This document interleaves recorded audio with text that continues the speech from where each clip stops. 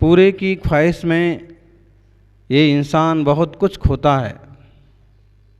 पूरा पाने की ख्वाहिश में ये इंसान बहुत कुछ खोता है और भूल जाता है कि आधा चांद भी खूबसूरत होता है।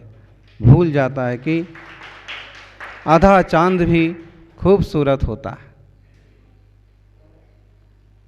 चांद आधा भी बड़ा अच्छा दिखता है, बड़ा खूबसूरत होता है।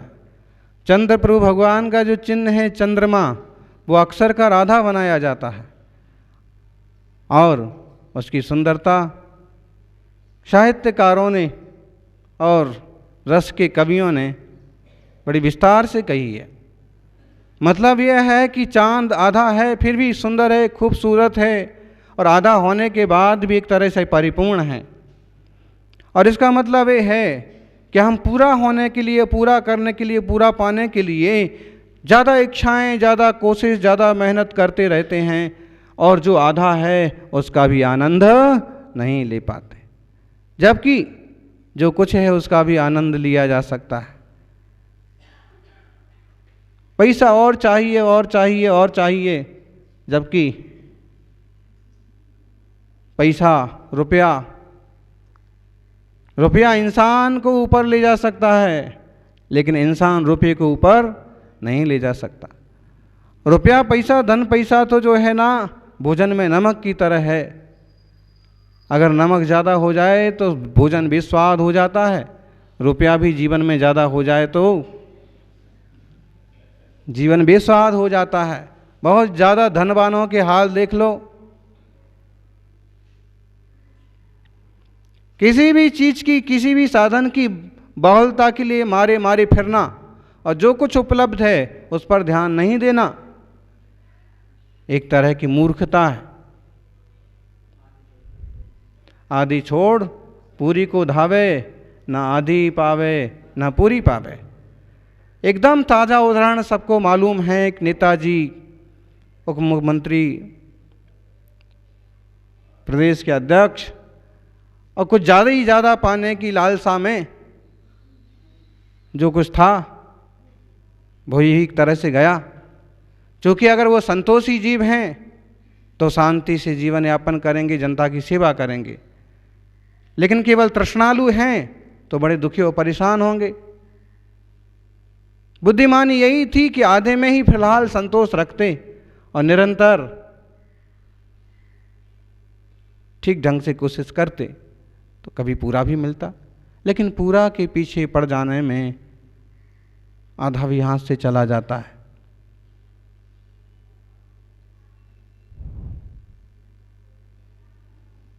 वो छोटी सी कहानी आप लोगों ने सुन रखी होगी। सेठ ने अपने एक नौकर को कहा कि ये काम करके ला, हम तुम्हें कुछ देंगे, तुम्हें कुछ देंगे हम। और वह गया, काफ़ी मेहनत के बाद और अमुक अमुक काम करके आया और सेठ ने आते ही उसे कुछ रुपए देना चाहे तो उसने कहा कि सेठ जी आपने कहा था कुछ देंगे। तो सेठ ने कहा भाई कुछ दे रहा हूँ ना, ये 500 रुपये रख ले। उसने कहा ना, आपने कहा था मुझे आप कुछ देंगे। उसका लालच जैसे थोड़ा और बढ़ गया। सेठ ने कहा कि 1000 रुपये रख ले भाई। नहीं नहीं, आपने ये 1000 500 की बात ही नहीं करी थी, आपने कहा था आप कुछ देंगे। तो उन्होंने कहा कि हाथ की ये सोने की अंगूठी ले लें, ये चांदी का चाबी का छल्ला ले लें। उसने कहा नहीं, आपने कहा था कुछ देंगे। अरे भाई ये सोने का गले का हार ले ले। फिर भी उसको समझ में नहीं आया, या तो उसका लोभ लालच बढ़ता रहा या फिर बेवकूफ़ी। आपने कहा था कुछ देंगे, उसने कहा जरूर कुछ देंगे, जा भीतर से एक गिलास पानी लेके आ, प्यास बहुत लग रही। भीतर से एक गिलास पानी लेके बाहर आया।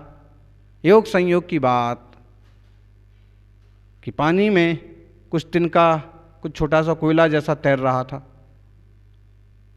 सेठ जी को कहा कि ये पानी। सेठ ने कहा देख। उसने कहा कुछ है। ये क्या है? उसने कहा कुछ है। कुछ है ना, ये कुछ तू ले ले, चल कुछ देंगे ना, अब कुछ मिल गया, अब चल फूट इधर से। इसलिए बहुत ज़्यादा चालाकी कभी कभी माथे पड़ जाती है। थोड़ी होशियारी अच्छी चीज़ है, लेकिन चालाकी ज़्यादा अच्छी चीज़ नहीं है। जीवन की तरक्की के लिए कोशिश करना चाहिए, मेहनत करना चाहिए, लेकिन अपने उसूलों को, सिद्धांतों को भूल करके नहीं। रुपए के लिए, पैसे के लिए, धन के लिए अभी कितना लुटारा चल रहा है। अच्छे कपड़े पहन के आदमी गया है, बढ़िया टिप टॉप गया है कोविड की जांच कराने के लिए, 100% पॉजिटिव आएगा। और फटे कपड़े पहन करके कोई गया है कोविड-19 की जांच कराने के लिए, 100% वो नेगेटिव आएगा।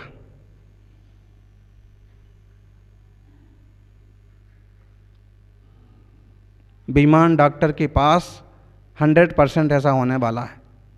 क्यों? अच्छे कपड़े हैं, सोने का ब्रेसलेट वगैरह पहन रखा है, बड़ी गाड़ी से आया है, ये तो पॉजिटिव ही होना चाहिए। ऐसे भी बड़ी गाड़ी, बड़ी लाड़ी, एसी में ही पड़े रहने वाले ज़्यादा ही शिकार हो जाते बीमारियों के। और पसीना जो बहाते रहते हैं ना, उनको छोटे मोटे वायरस कुछ नहीं कर पाते। वहाँ धूप में ही खड़ा है दिन भर, ईंटों के भट्टे पर काम कर रहा है, खेत में काम कर रहा है, सब वायरस सब सूख जाते। कभी कभी तीव्र असाता का उदय आए, कदाचित कोई बीमारी माथे पड़ जाए तो बात अलग है, वरना एक श्रावक कह रहे थे कि महाराज जी अभी ये जो है ना, थोड़े अमीर टाइप के लोगों में ज़्यादा बढ़ रही बीमारी है। मूल कारण है बहुत ज़्यादा ऐसो आराम टाइप से, ठंडा खाना, एसी में रहना, फ्रिज का ही खाना पीना चलना, ये भी कारण हो सकते हैं। असाता का उदय भी कारण हो सकता है।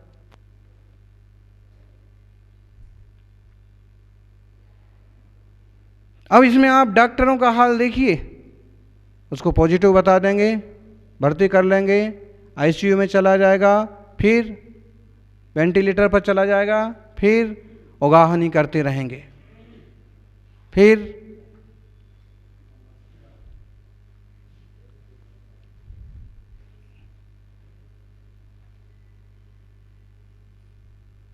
चला गया।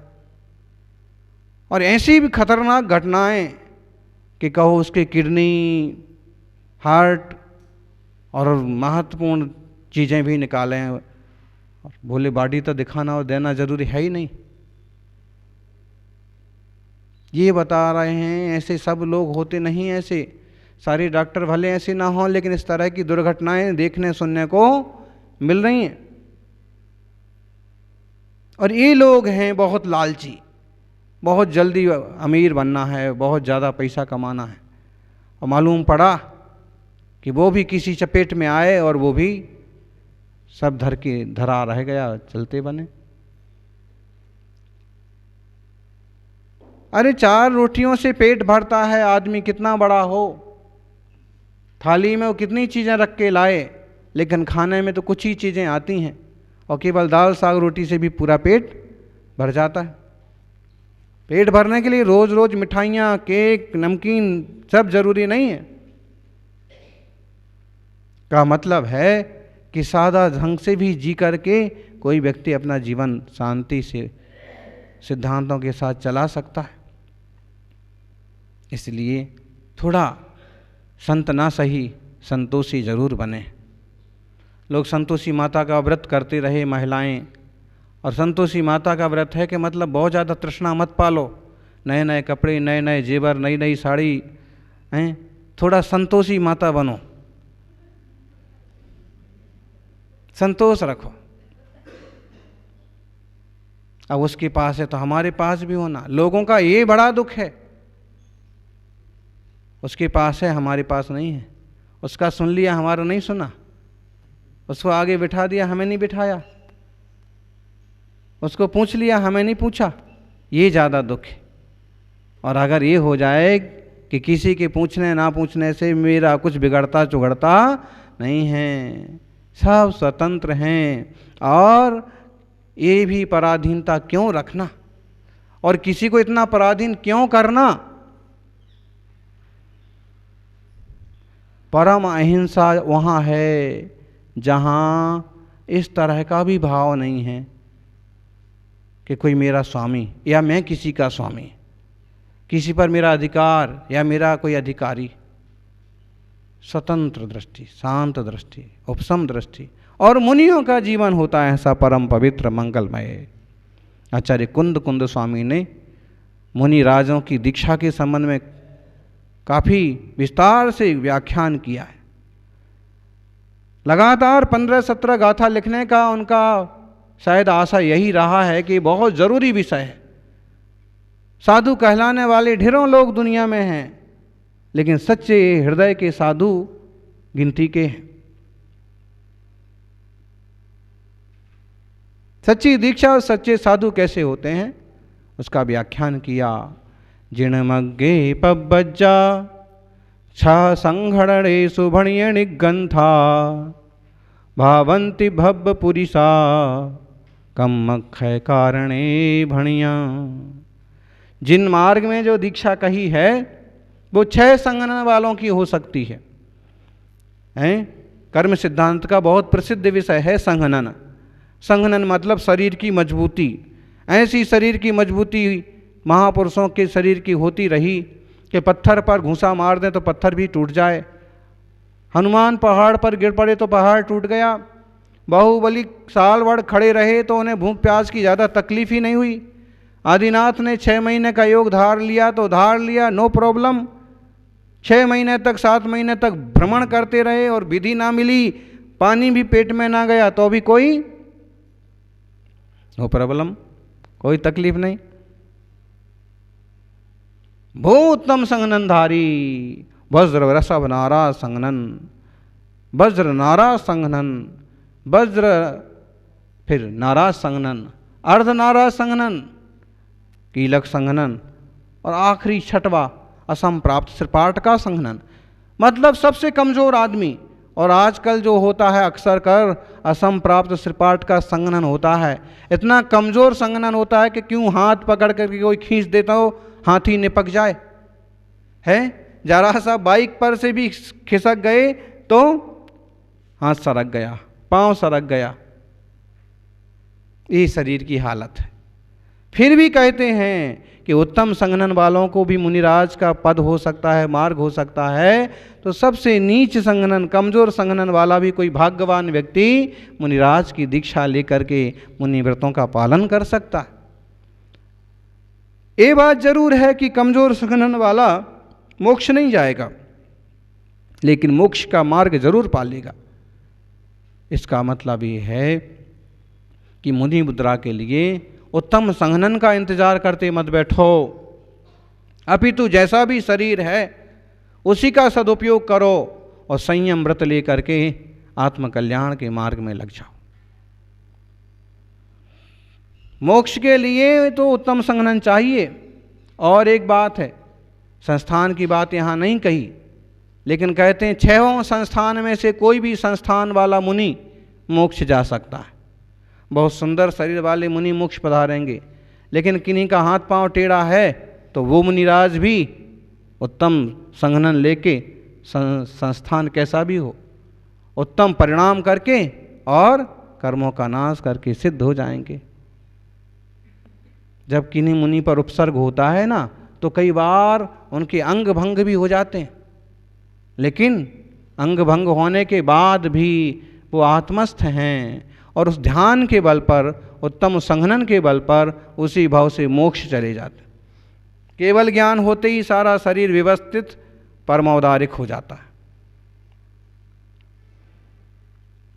तो ऐसा रोना ही मत रोते रहो कि क्या करें, संगनन नहीं है, संगनन नहीं है। अरे कितना भी संगनन नहीं है तो जो मार्ग मूलाचार में बताया है उसे निभाने लायक तो संगनन है। उतना भी नहीं है तो क्षुल्लक फुल्लक बनो,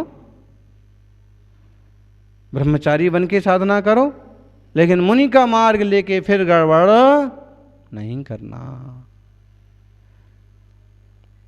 ऐसा मुनि का पद है, मुनि का मार्ग है, जिन दीक्षा है, और ऐसी मंगलमय दीक्षा लेकर के ही जीव कर्मों का क्षय करता है। ये जिन लिंग ही कर्म की क्षय में कारण है, और जिन लिंग के साथ खिलवाड़ करोगे ना तो दुर्गति का कारण भी है।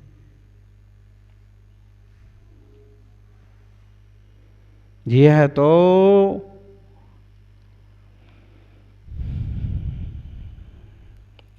तीर्थंकरों का मार्ग है।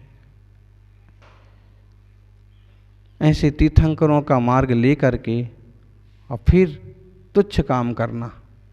ऐसे उदाहरण दिया है कि राजा का रूप धारण करके और कटोरे में भीख मांगते फिरना, मुनि बन करके कुछ इकट्ठा करने वाले के लिए ऐसे कहा है। इसका मतलब है पूरी तरह से निष्प्रह, शांत, वीतरागी साधक ही मुनि हैं, उनकी दीक्षा ही दीक्षा है। दुनिया में ढेरों रूप हैं, ढेर तरह के सन्यासी हैं, लेकिन उन्हें दिगंबर मुनि नहीं कहा, पंचम परमेष्ठी नहीं कहा। पंचम परमेष्ठी की गरिमा महिमा जिन सौभाग्यशालियों को यहाँ तक पहुँचने का अवसर मिला है, उन्हें बड़े विवेक से इस मार्ग की, इस स्वरूप की रक्षा, संरक्षा करना चाहिए। इससे उनकी आत्मा की भी उन्नति होगी, जिन मार्ग भी जीवंत रहेगा।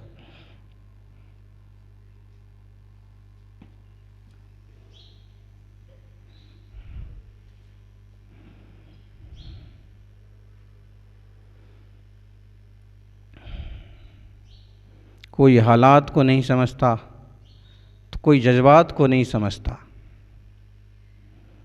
कोई हालात को नहीं समझता तो कोई जज्बात को नहीं समझता। ये तो बस अपनी अपनी समझ है। कोई कोरा कागज़ पढ़ लेता है और कोई पूरी किताब को नहीं समझता। कोई हालात को नहीं समझता, आप ऐसा क्यों कर रहे हैं, ज़रूरी नहीं कि इसे लोग समझ जाएं। और कोई जज्बात को नहीं समझता, आपकी एक्शन ऐसी क्यों हो रही है, ज़रूरी नहीं कि इसे लोग गंभीरता से लें। ये तो अपनी अपनी समझ की बात है। कोई कोरा कागज़ पढ़ लेता है और कोई पूरी किताब को नहीं समझता।